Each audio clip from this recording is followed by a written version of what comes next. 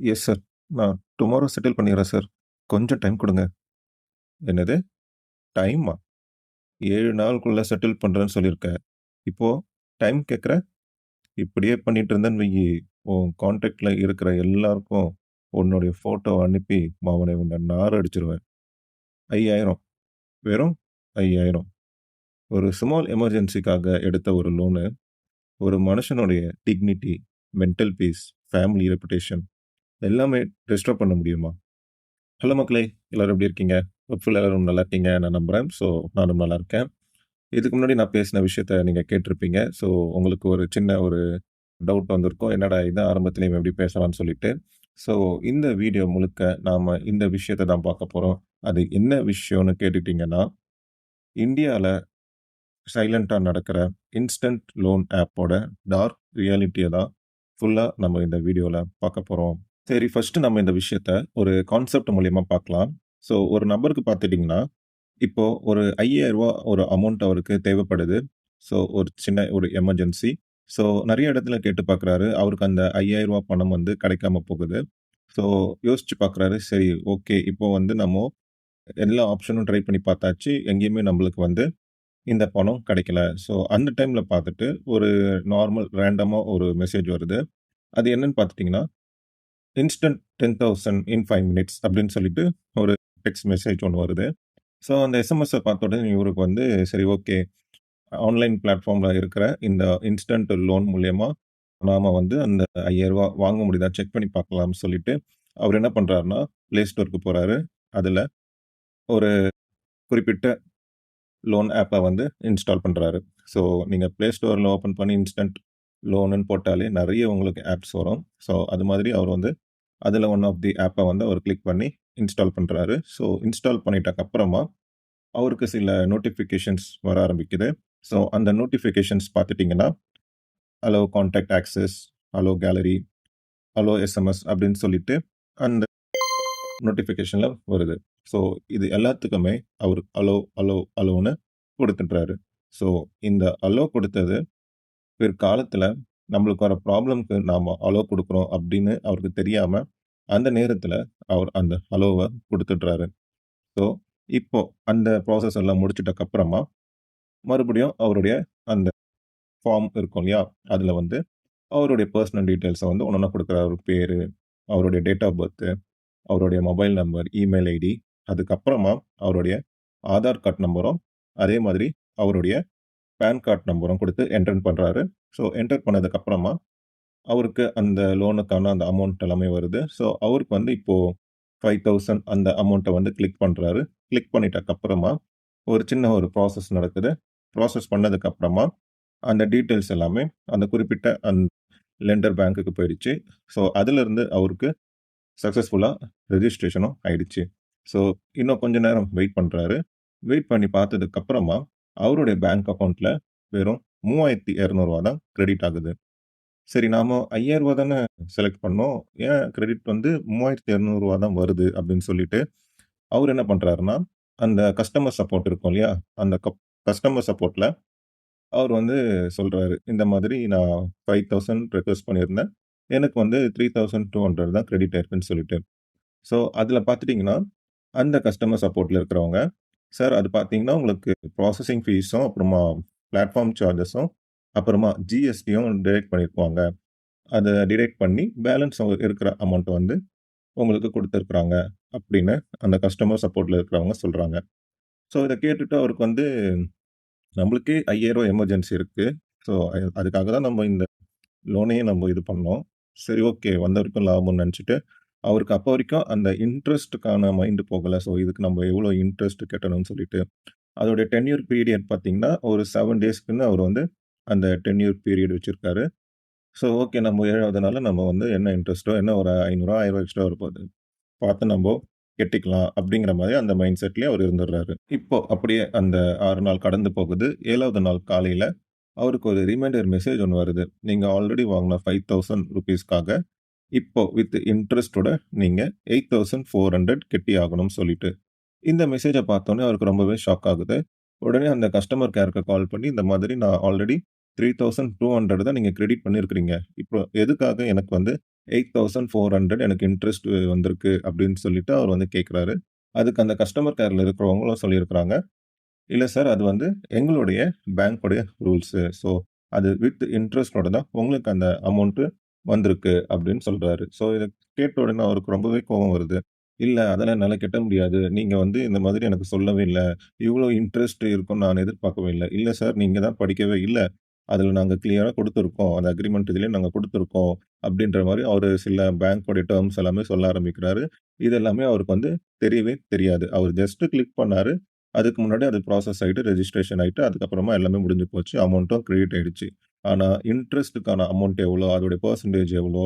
அது எப்படி கட்டணும்? அப்படிங்கிற மாரி எந்த ஒரு இன்ஃபர்மேஷனும் அவருக்கு முன்கூட்டியே அவங்க வந்து சொல்லவே இல்ல.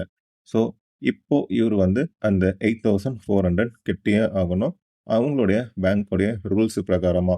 ஸோ, இப்போ அவருக்கு வந்து ரொம்பவே சிக்கல் ஆகுது. சரி, இத என்ன நம்ம பண்றதுன்னு சொல்லிட்டு அவரும் அப்படியே முழிச்சுக்கிட்டு இருக்கிறாரு. ஸோ, இவங்களும் கன்டினியூஸா கால் பண்ணிட்டே இருக்கிறாங்க. மெசேஜ் பண்ணிட்டே இருக்கிறாங்க. ரொம்பவே ஒரு மென்டல் டார்ச்சர் அவருக்கு வந்து பண்ணிக்கிட்டே இருக்கிறாங்க. இவரு என்ன பண்றாருன்னா, பேசாம ஃபோன ஆஃப் பண்ணி வச்சிரலான்ட்டு, இவரு வந்து ஃபோன ஆஃப் பண்ணி வைக்கிறாரு. ஆஃப் பண்ண வச்சுட்டக்கு அப்புறமா, அவருடைய ஒய்ஃப் நம்பர்லருந்து கால் பண்ண ஆரம்பிக்கிறாங்க. இந்த மாதிரி இவரு வந்து இந்த அமௌண்ட் வாங்கியிருக்கிறாரு. கட்டாம இருக்கிறாரு. நீங்க அவருடைய ஒய்ஃப் தான? பக்கத்துல அவரு இருந்தாங்கன்னா, அவர்கிட்ட ஃபோன குடுங்க. அப்டின்ற மாதிரி அவங்களுக்கு வந்து கேட்க ஆரம்பிக்கிறாங்க. அவங்கள இப்போ டார்கெட் பண்ண ஆரம்பிக்கிறாங்க. ஸோ, அந்த ஒய்ஃப்க்குமே ஒண்ணுமே புரியல. ஏன் இப்படியெல்லாம் பண்றாங்கன்னு சொல்லிட்டு. அதுக்கப்புறமா இவரு மறுபடியும் தன்னுடைய மொபைல வந்து ஆன் பண்ணிட்டக்கு அப்புறமா, அவருக்கு நெறைய WhatsAppல மெசேஜஸ்ல இருந்து நெறைய ஃபோட்டோஸ் அது இதுன்னு வர ஆரம்பிக்குது. ஸோ, அத பார்த்த உடனே அவர் மனுஷனுக்கு வந்து ரொம்பவே ஷாக் ஆகுது. அது அவருடைய ஃபோட்டோவ மார்ஃபிங் பண்ணி அவருக்கு வந்து அனுப்பி விட்டுருக்காங்க. ஸோ, இத பார்த்தோனே அவருக்கு ரொம்பவே ஷாக் ஆகுது. உடனே அவரு என்ன பண்றாரு, மறுபடியும் அந்த மெசேஜஸ் எல்லாமே அவரு வந்து பிளாக் பண்றாரு. பிளாக் பண்ணதுக்கு அப்புறமாவும் ரிட்டர்ன் அவருக்கு வந்து வேற வேற நம்பர்ஸ்லருந்து அவருக்கு வந்து மெசேஜஸ் வந்துகிட்டே தான் இருக்கு. கடைசியா ஒரு கால் வருது. ஸோ, சரி வேற வழியே இல்ல. நம்ம அட்டெண்ட் பண்ணி பேசி தான் ஆகணும்னு ஒரு சிச்சுவேஷன் ஏற்படுது. அந்த காலையும் அவர் அட்டெண்ட் பண்ணி பேசுறாரு. அதுல ஆப்போசிட்ல பேசினவங்க வந்து, "இப்போ நான் உனக்கு தான் இந்த ஃபோட்டோஸ் எல்லாம் அனுப்பியிருக்கேன். ஆனா, நீ பணத்த குடுக்காம போனீன்னா, உன்னுடைய கான்டாக்ட்ல இருக்கிற எல்லாருக்குமே நான் இந்த ஃபோட்டோஸ் எல்லாத்தையும் அனுப்பி விட்டுடுவேன்." அப்படிங்கிற மாதிரி இப்போ த்ரெட் பண்ண ஆரம்பிக்கிறாங்க. மிரட்ட ஆரம்பிக்கிறாங்க. ஸோ, இத கேட்டவுனே அவருக்கு ரொம்பவே ஷாக் ஆகுது. இப்போ அடுத்து நாம என்ன பண்ண போறோம் அப்படின்னு ஒரு பெரிய ஒரு சிச்சுவேஷன்ல அவர் அப்படியே இக்கட்டான அந்த ஒரு சூழ்நிலையில மாட்டி, நாம என்ன பண்ண போறோம்? இப்படி ஒரு ஃபோட்டோஸ் வந்து வெளிய லீக் ஆச்சுன்னா, நம்மள அசிங்கமா நினைக்குவாங்களே! நம்மள வந்து கேவலமா பார்ப்பாங்களே!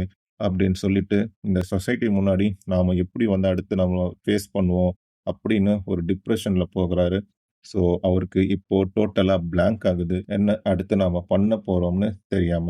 ஒரு கட்டத்தில இவங்க பண்ற இந்த மென்டல் டார்ச்சர்னால, பேசாம நம்போ செத்துட்டா என்ன? அப்படிங்கிற அளவிற்கு அவருக்கு வந்து அந்த ஒரு மைண்ட் வந்து போக ஆரம்பிக்குது.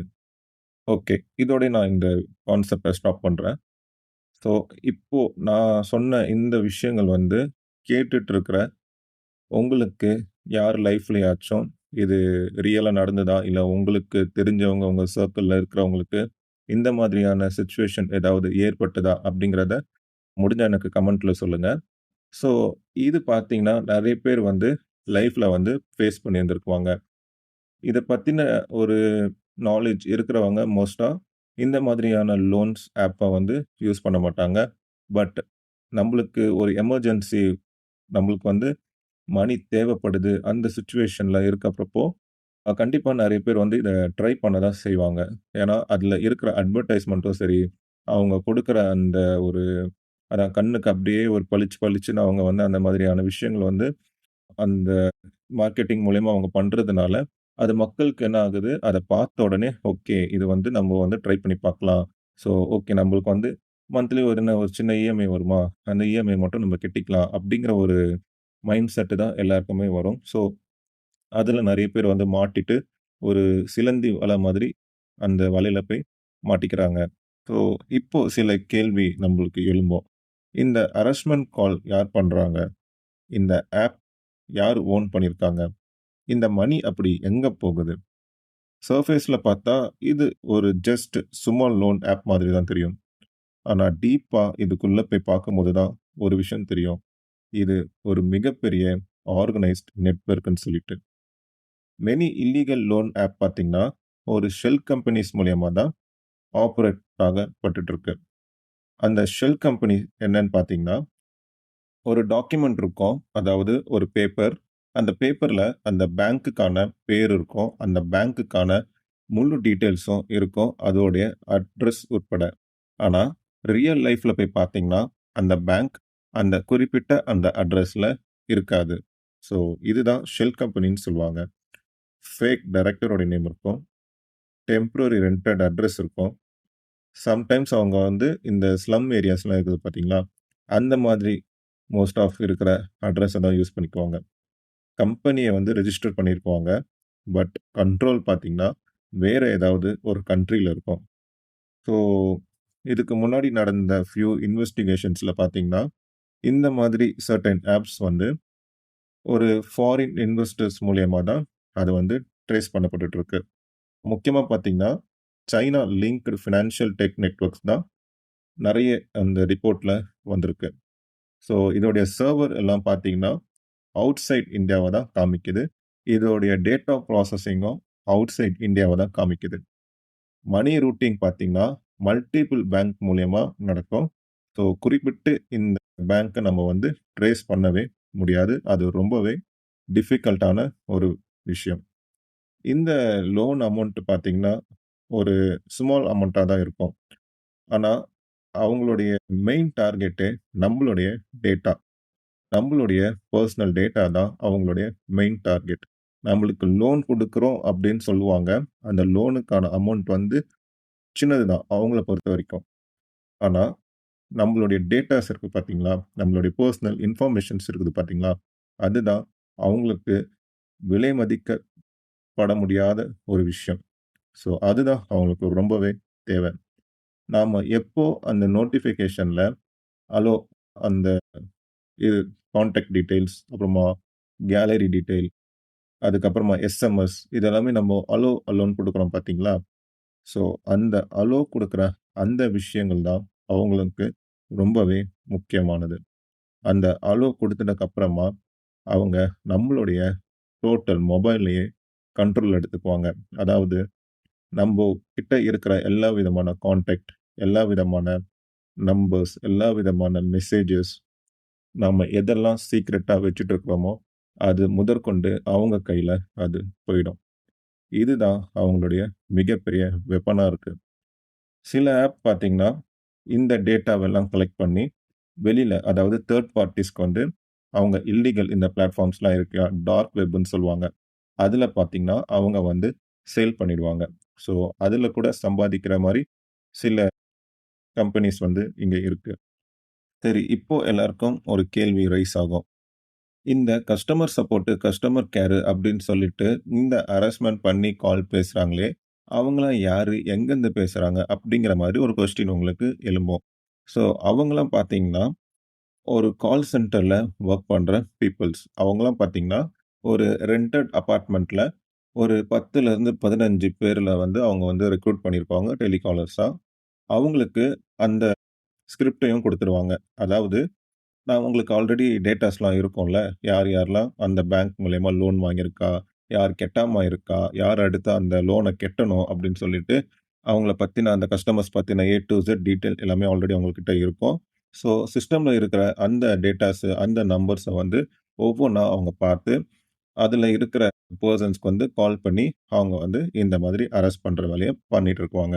ஸோ இது வந்து அவங்களுக்கு ஒரு ஸ்கிரிப்டாவே குடுத்துருவாங்க. அந்த மேனேஜ்மென்ட்ல இருக்கிறவங்க. ஸோ இப்படி தான் அந்த கால்ஸ் எல்லாமே வொர்க் ஆயிட்டுருக்கு. அவங்களுக்கும் டார்கெட் ஃபிக்ஸ் பண்ணிடுவாங்க. ஒரு நாளைக்கு நீ 100லேருந்து 200 கால் முடிச்சே ஆகணும்.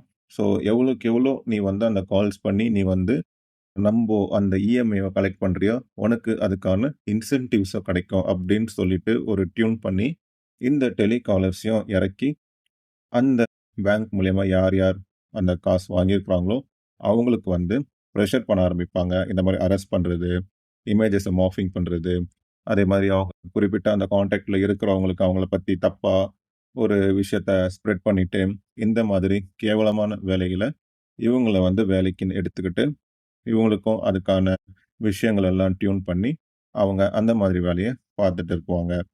இப்படி பண்ணிட்டு இருக்கிறதுனால அவங்களுக்கு என்ன ஆகும்னா, அவங்களுடைய கோல் வந்து சிம்பிள் ஆயிடும். அதாவது பயம், பயம் இஸ் ஈக்குவல் டூ ஃபாஸ்ட் பேமெண்ட்ன்னு சொல்லிட்டு. ஸோ நான் சொன்னது உங்களுக்கு புரிஞ்சிருக்கும்னு நெனைக்கிறேன். இவங்க கால் பண்ணி பிரஷர் பண்ண ஆரம்பிக்கும்போது, அந்த கஸ்டமர்ஸ் என்ன ஆகுவாங்க, பயப்பட ஆரம்பிப்பாங்க. ஸோ 70% பீப்பிள் வந்து கண்டிப்பா பயந்து, அதுக்கான அமௌண்ட்ட வந்து அவங்க கட்டிடுவாங்க. ஸோ எப்படி பார்த்தாலுமே லாபம் அந்த குறிப்பிட்ட பேங்க் காரனுங்களுக்கு தான் லாபம். இப்போ இவங்க இந்த மனி லாண்டரிங் விஷயத்த எப்படி பண்றாங்கன்னு பார்க்கலாம். அதாவது நமக்கு லோனுன்னு குடுக்குற அமௌண்ட் பார்த்தீங்கன்னா, குறிப்பிட்ட 1000லிருந்து மேக்ஸிமம் ஒரு டிஜிட்ல இருக்கிற லட்சங்கள் வரைக்கும் நம்பளுக்கு லோன் அமௌண்ட்டா இவங்க வந்து குடுப்பாங்க. ஆனா, அந்த லோன் அமௌண்ட்ட குடுக்கிறத தாண்டி, நம்மகிட்ட இருந்து ரிட்டர்ன்ஸ்ல வாங்குவாங்க தெரியுமா? அதாவது ரீபேமெண்ட் நம்ப அந்த லோனுக்காக பண்ணுவோம் பார்த்தீங்களா? அந்த அமௌண்ட் வந்து interest and then bounce charge, அந்த சார்ஜ், இந்த சார்ஜ்ன்னு சொல்லிட்டு, அதுக்குன்னு ஒரு டெர்ம்ஸ், அதுக்குன்னு ஒரு நேம்ஸ் யூஸ் பண்ணி, நம்மகிட்ட இருந்து டபுள் அண்ட் ட்ரிபிளா இவங்க வாங்கிக்குவாங்க. ஸோ, மணி ரிசீவ் பண்ற பேங்க்ஸ் பார்த்தீங்கன்னா, அது மியூல் பேங்க் அக்கவுண்ட் அப்படின்னு சொல்லுவாங்க. இந்த மியூல் பேங்க் அக்கவுண்ட் அப்படின்னா என்னன்னு பார்த்துட்டீங்கன்னா, இந்த மாதிரி புவரா அதாவது ஏழை மக்கள் அன்எம்ப்ளாய்டடா இருக்காங்க பார்த்தீங்களா? வேலை இல்லாம, அந்த மாதிரி பீப்பிள் உடைய பேங்க் அக்கவுண்ட்ட வந்து இவங்க ரெண்டலா யூஸ் பண்ணிக்குவாங்க. அதாவது எந்த குறிப்பிட்ட பேங்க்ல இப்படிப்பட்ட அதாவது அந்த மினிமல் பேலன்ஸ்ல லோல இருக்கிற பேங்க் அக்கவுண்ட்லாம் இருக்கும் இல்லையா? அது எல்லாமே குறிப்பிட்ட அந்த பேங்க் கிட்ட இருந்து அந்த அக்கவுண்ட் எல்லாம் ரென்ட்டுக்கு வாங்கிக்குவாங்க. அவங்களுக்கு தேவையான அந்த கமிஷனையும் குடுத்துடுவாங்க. ஸோ இப்படி தான் மல்டிபிள் லேயர் ஆஃப் அக்கவுண்ட்ஸ வந்து அவங்க ஹேண்டில் பண்ணி அந்த ரீபேமெண்ட் மணி எல்லாமே இப்படிப்பட்ட பேங்க் அக்கவுண்ட்ல தான் போயிட்டு கிரெடிட் ஆகும். ஸோ, கிரெடிட் ஆகுற இந்த அமௌண்ட் எல்லாமே அவங்க வேற அக்கவுண்ட் யூஸ் பண்ணி, அவங்க இந்த அமௌண்ட் எல்லாம் எடுத்துக்குவாங்க. ஸோ, ஃபைனலா இதுக்கு பின்னாடி யார் அந்த பெனிஃபிஷியரி அப்படிங்கிறது நம்மளால ட்ரேஸ் பண்ணவே முடியாது. அத ட்ரேஸ் பண்றது ரொம்பவே கஷ்டம். சரி, இப்போ இவங்கள ஏன் பிடிக்கிறது இவ்ளோ கஷ்டம்னு பார்த்துட்டீங்கன்னா, இப்போ நம்ம இத குறிச்சு ஒரு போலீஸ்ல போயிட்டு கம்ப்ளைண்ட் குடுக்குறோம்னா, நம்ப போலீஸ்ல போயிட்டு கம்ப்ளைண்ட் கொடுக்கறதுக்கு முன்னாடியே இவங்க என்ன பண்ணுவாங்கன்னா, நம்மளுடைய விஷயமெல்லாம் இவங்களுக்கு தெரிஞ்சிரும் இல்லையா? ஸோ நெக்ஸ்ட் மூவ் இவங்க என்ன பண்ண போறாங்கன்னு அவங்க கெஸ் பண்ணிடுவாங்க. ஸோ சப்போஸ் நம்ம வந்து கம்ப்ளைண்ட் பண்றோம். நம்ம வந்து நம்மளுடைய சர்க்கிள்ல வந்து இந்த மாதிரி போலீஸ்ல போய் நம்ம வந்து அவங்கள போய் அணுகுறோம் அப்படின்னு இவங்களுக்கு அந்த விஷயம் லைட்டா இவங்களுக்கு தெரிய வந்ததுன்னா கூட, இவங்க என்ன பண்ணுவாங்கன்னா, அந்த ஆப்ப வந்து இவங்க ரிமூவ் பண்ணிடுவாங்க. அத ரிமூவ் பண்ணிட்டு வித்தின் அ வீக்ல இல்ல சில டேஸ் கழிச்சு, அந்த ஆப்பயே ஒரு புது நேம்ல அவங்க ஸ்டார்ட் பண்ணிடுவாங்க. அதாவது அதுல உள்ள அந்த லோகோ, அந்த ஆப்புக்கான நேமு அது எல்லாத்தையும் அவங்க சேஞ்ச் பண்ணிடுவாங்க. ஃபார் எக்ஸாம்பிள்க்கு சொல்லணும்னா, இந்த மாதிரி fast cash, flash rupee, quick paisa, instant money bro அந்த மாதிரி வேர்டிங்ஸ்லாம் இருக்கும்ல. அப்படி இந்த ஆப்காரங்க என்ன பண்ணுவாங்கன்னா, அந்த பர்ட்டிகுலர் நேம வந்து சேஞ்ச் பண்ணிடுவாங்க. அதுக்கான அந்த லோகோவையும் சேஞ்ச் பண்ணிடுவாங்க. நேம் மாறி, மாறி வந்துகிட்டு இருக்கும். Play Storeலயே அந்த ஆப்ப வந்து ரிமூவ் பண்ணாலும் கூட, இந்த ஏபிகே லிங்க் மூலியமா அவங்க வந்து WhatsAppலயே இந்த ஆப்ப வந்து சர்க்குலேட் பண்ணிட்டு இருக்குவாங்க. இந்த மாதிரி ஆப் உடைய பிசினஸ் மாடல் என்னன்னு பார்த்தீங்கன்னா, இது லோன் பிசினஸ் கிடையாது. இது ஒரு ஃபியர் பிசினஸ். அதாவது மக்கள பயமுறுத்தி, அவங்க கிட்ட இருந்து அந்த ரீபேமெண்ட் அமௌண்ட்ட டபுள் அண்ட் ட்ரிபிளா வாங்கிக்குவாங்க. இவங்கள பொறுத்தவரைக்கும் 100% ரீபேமெண்ட் அமௌண்ட்ட வந்து இவங்க வாங்க மாட்டாங்க. சம் கேஸஸ்ல இவங்க வாங்கிக்குவாங்க. ஆனா, முடிஞ்ச அளவுக்கு இப்போ ஒரு 20% 30% அவங்களுக்கு வந்து அந்த அமௌண்ட் கிடைச்சிட்டாலும் கூட, அவங்க வந்து அந்த விஷயத்த அப்படியே விட்டுடுவாங்க. ஏன்னா, இதுக்கு மேல அவங்கள வந்து நம்ம வந்து நோண்டுனோம்னா அவங்களால நம்மளுக்கு வேற ஏதாவது ப்ராப்ளம்ஸ் வந்துடுமோன்னு இவங்க அத வந்து முன்கூட்டியே கணிச்சு, சரி இவன்கிட்ட இருந்து இவ்வளோ தான் நம்மளால கறக்க முடியும். ஸோ இருக்கிற வரைக்கும் கறந்துட்டு அப்படியே விட்டுறலாம் அப்படின்னு அவங்க யோசிச்சு பண்ணுவாங்க.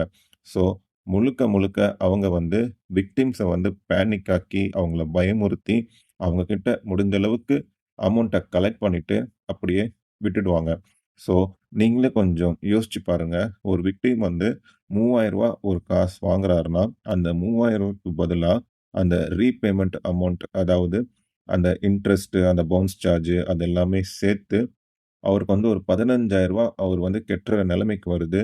அந்த ரூ. 15,000 இவங்க இந்த மாரி மிரட்டி, அவர பயமுறுத்தி, அவர்கிட்ட இந்த அமௌண்ட்ட வாங்குனாங்கன்னா, இது அவங்களுக்கு ப்ராஃபிட் இல்லையா? நீங்களே யோசிச்சு பார்த்துக்கோங்க. இந்த மாதிரி பேங்க் சிஸ்டம்ல இருக்கிறவங்களுக்கு நீங்க ஜஸ்ட் ஒரு நம்பர், ஒரு டார்கெட், ஒரு டேட்டா ஃபைல். பட் உங்களுக்கு அது உங்களுடைய லைஃப். ஆர்பிஐ கிளியரா சொன்னது, "only registered NBFC can lend the money."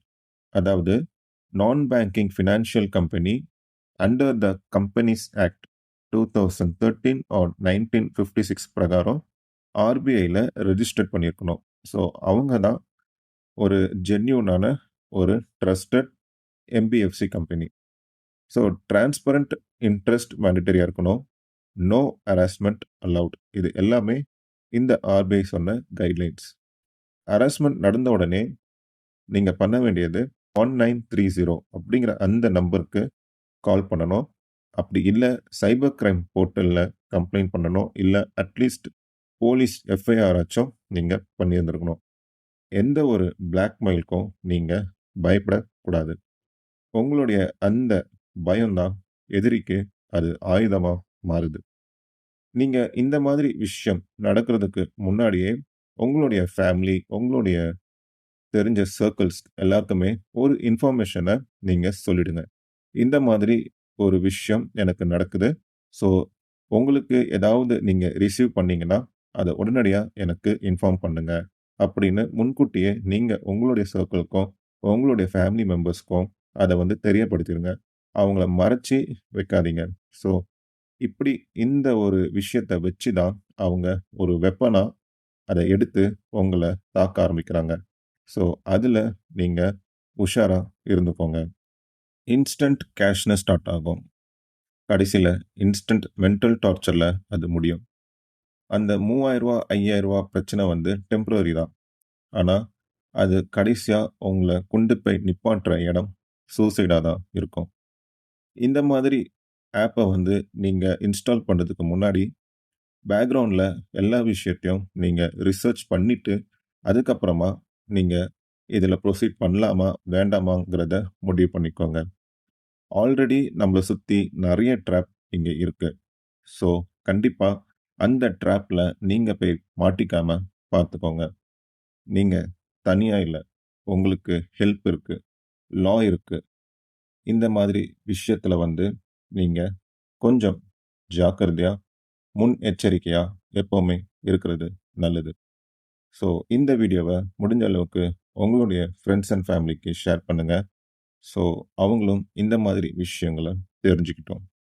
Money problem வந்தா, ஆப் இன்ஸ்டால் பண்ண முன்னாடி இந்த வீடியோவ ஞாபகம் வச்சுக்கோங்க. ஸோ, கண்டிப்பா இந்த வீடியோ உங்களுக்கு யூஸ்ஃபுல்லா இருந்திருக்கும் நான் நம்புறேன். ஸோ, இந்த வீடியோ உங்களுக்கு பிடிச்சிருந்தா ஒரு லைக் பண்ணிக்கோங்க. அண்ட் தென் உங்களுடைய ஃபிரெண்ட்ஸ் அண்ட் ஃபேமிலிக்கு ஷேர் பண்ணிவிடுங்க. அண்ட் மறக்காம நம்மளுடைய சேனல சப்ஸ்கிரைப் பண்ணி வச்சுக்கோங்க.